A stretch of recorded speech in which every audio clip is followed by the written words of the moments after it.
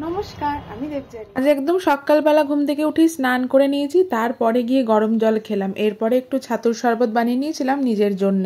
আসলে অর্ণবদের অফিসে আজকে একটা ইভেন্ট আছে, ওয়াক ম্যারাথনের। সেই ইভেন্টে যাওয়ার জন্য রেডি হচ্ছি। মোটামুটি 5 কিলোমিটার মতো হাঁটতে হবে, তাই একটু ছাতুর শরবতই খেয়ে নিলাম। ভালো করে মুখে একটু সানস্ক্রিন লাগিয়ে নিয়ে এখানে রেডি হয়ে গেছি। হালকা একটু লিপস্টিক লাগিয়েছি। এরপরে মাম্মামকে গুড বাই করে আমি বেরিয়ে পড়লাম অর্ণবের অফিসের উদ্দেশ্যে। আমাদের বাড়ির সামনে একটা ফাটক আছে, ওইখানেই বাস আসবে আমাদেরকে নিয়ে যাওয়ার জন্য। এরপরে যথারীতি ম্যারাথন স্টার্ট হয়ে গেছে। সবাই এখানে এসছে, বেশ ভালো লাগছে সকালবেলাতে একসাথে এরকম হাঁটাহাঁটি করতে। আর এই দেখো, রিফ্রেশমেন্টে ওরা কলা বিস্কুট তো দিয়েছিল, সাথে আবার একটা সামোসাও দিয়েছিল। জানি না 5 কিলোমিটার হেঁটে সামোসা খেয়ে কোনো লাভ হলো কিনা। বাড়ি এসে মাছের ঝোল, পালং শাক আর ধনেপাতা বাটা দিয়ে লাঞ্চ সারলাম। রাতে একটু অন্যরকম খেতে কিছু মন করছিল। আসলে ওখানে অবেলায় সামোসাটা খেয়েছিলাম না, কেন জানি না, তারপর থেকে শরীরটা খুব একটা ভালো লাগছিল না। তাই একটু বেগুন আর টমেটো পুড়িয়ে নিয়েছিলাম। এরপরে কাঁচা পেঁয়াজ, কাঁচা লঙ্কা, কাঁচা তেল, ধনেপাতা দিয়ে ভালো করে মাখিয়ে রুটি দিয়ে খেয়ে নিলাম। শীতের রাতগুলোতে বেগুন পোড়া জিনিসটা খেতে কিন্তু বেশ ভালোই লাগে।